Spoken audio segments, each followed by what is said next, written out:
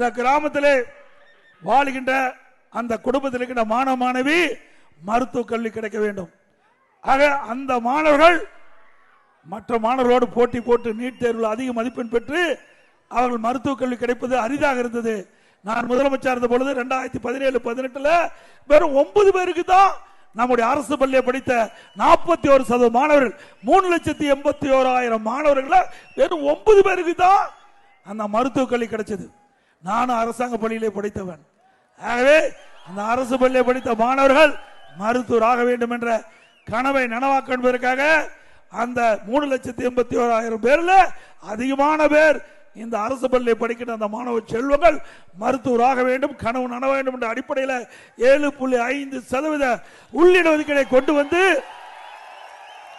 நிறைவேற்றி இன்றைய தினம் அரசு பள்ளியை படித்த ஏழை குடும்பத்தை பிறந்த மாணவ மாணவி 2818 பேர் இன்றைக்கு மருத்துவ கல்வி படிச்சிட்டு இருக்கிறாங்க.